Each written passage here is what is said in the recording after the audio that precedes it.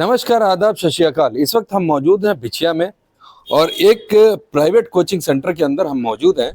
यहाँ पर बताते चले आपको, इंटरमीडिएट और हाई स्कूल के बच्चों को यहाँ पर प्राइवेट रूप से कोचिंग दी जाती है।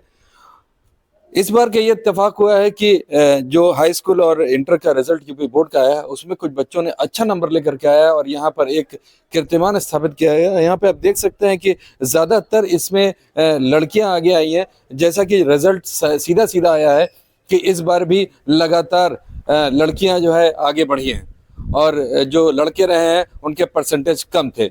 हाई स्कूल की अगर बात करते हैं तो तकरीबन 91.12% का बच्चे उत्तीर्ण हुए हैं और अगर इंटर की बात करते हैं तो 84.12% जो है बच्चे उत्तीर्ण हुए हैं।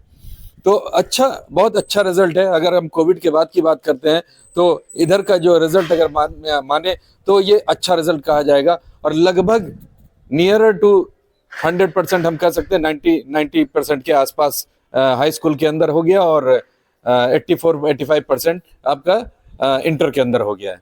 तो यहाँ पर वो बच्चे हैं, मेधावी बच्चे हैं जो अच्छा खासा नंबर लेकर करके पास आउट हुए हैं। हम उनसे बात करेंगे, हम जानना चाहेंगे कि आगे करियर में उनको क्या बनना है।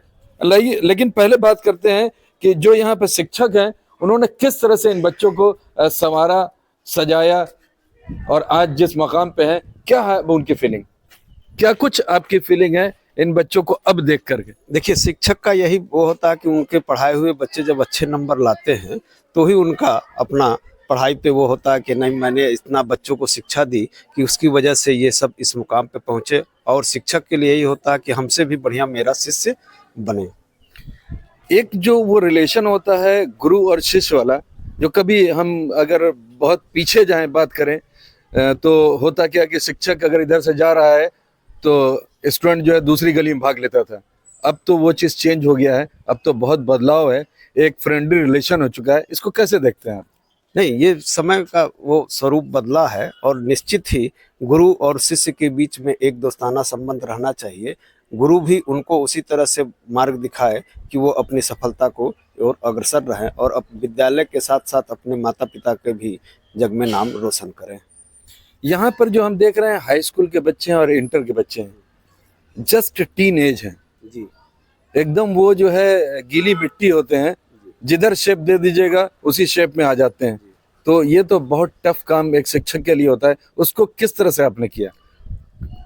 टफ तो है, लेकिन ये आप अक्सर सुनते भी होंगे कि शिक्षक ही समाज का निर्माण करता है और बच्चों का उसमें योगदान रहता है। और मेरे बच्चे निश्चित ही इस दिशा में अग्रणी हैं कि अपने परिवार के साथ साथ चरित्र का भी निर्माण करते हैं और अपने पढ़ाई में तो अव्वल हैं ही, इनके माता पिता भी इन लोगों के कार्यों से बड़ा प्रसन्न रहते हैं।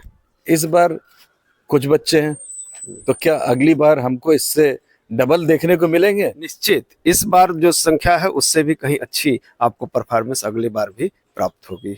तो मतलब अगर सीधे सीधे भाषा में बात करें तो इस बार का रिजल्ट देखकर आपका सीना 56 इंच का हो गया? जी, एकदम निश्चित ही बच्चों ने हमारा मान रखा, यही हमारे लिए बहुत है। आइए हम जो बच्चे पास आउट हुए हैं, कुछ नेहरू इंटर कॉलेज के हैं, कुछ जो है एमजी इंटर कॉलेज के हैं, हम उनसे बात करते हैं कि क्या कुछ। आप किस क्लास की थी? Class 10th। कितने परसेंट मार्क्स आए हैं? 79.66। कहाँ से आपने किया है?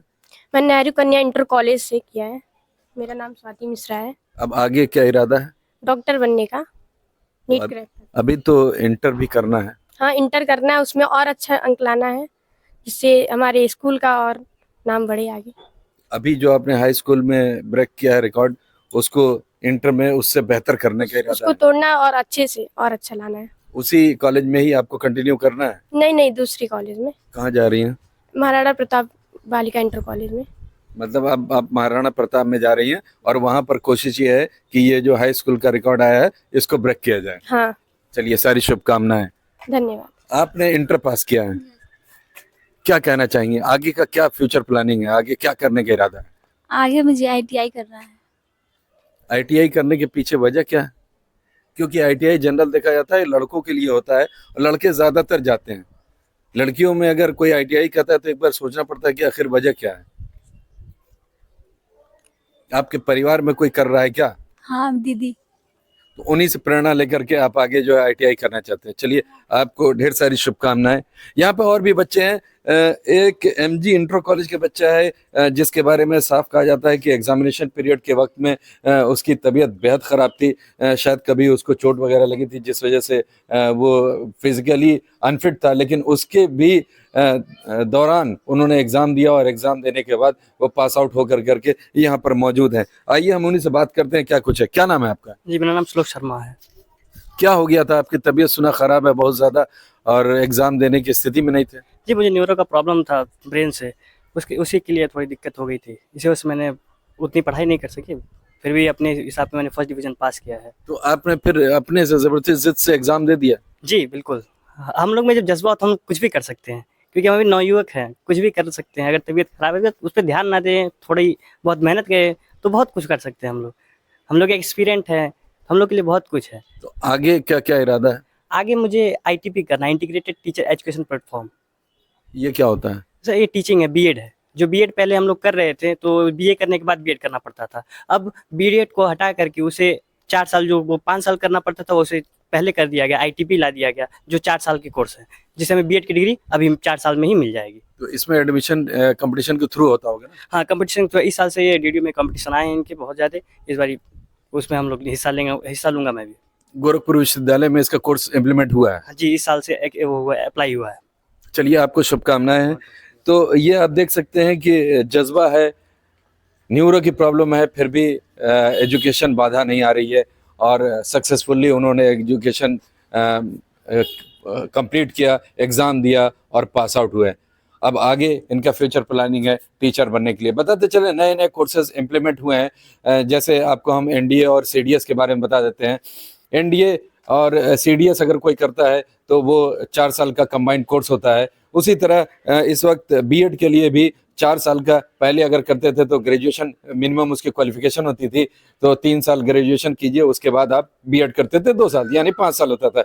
अभी इन्होंने इंटरमीडिएट के बाद 4 साल का सीधा इंटीग्रेटेड वो ले आए हैं, कोर्स ले आए हैं, जिसमें उनको बीएड की ही डिग्री मिलेगी, मगर वो 4 साल में ही कंप्लीट कर लेंगे। तो उसकी तैयारी कर रहे हैं, मेरी सारी शुभकामनाएं। यहाँ पे और भी बच्चे हैं, हम उनसे बात करते हैं। क्या कुछ इरादा है आपका? अब तो इंटर हो गया, यस सर। आगे बीए करना है, फिर उसका आगे देखेंगे, मतलब फैमिली वाले जैसे मतलब रहेगा स्थिति वैसा ही देखा जाएगा। कितना परसेंट मार्क्स आया है? 64%। 64। आपका तो 67 आया होगा। जी सर। 67। 67। जी सर। क्या आगे इरादा है? सर आगे अब भैया जैसा बोलेगा वही करना है। चलिए, तो ये बड़ी कम सी उम्र होती है, निर्णय ये लोग खुद नहीं ले सकते हैं। कहीं ना कहीं या तो शिक्षक या अभिभावक को इसमें इन्वॉल्व होना पड़ता है कि किस करियर को लेकर के आगे बढ़े। यहाँ पर हम उनके शिक्षक से बात करते हैं, क्या कुछ गाइडेंस इनका है आगे चलने के लिए, क्योंकि बड़ा कंफ्यूजन यहाँ पर दिख रहा है। ये बच्चे डिसाइड खुद नहीं कर पा रहे हैं, इनको ये नहीं पता कि अब आगे फ्यूचर क्या है, इंटर के बाद क्या करना है क्या नहीं करना है। तो कुछ इस तरह का गाइडेंस आप देते हैं क्या?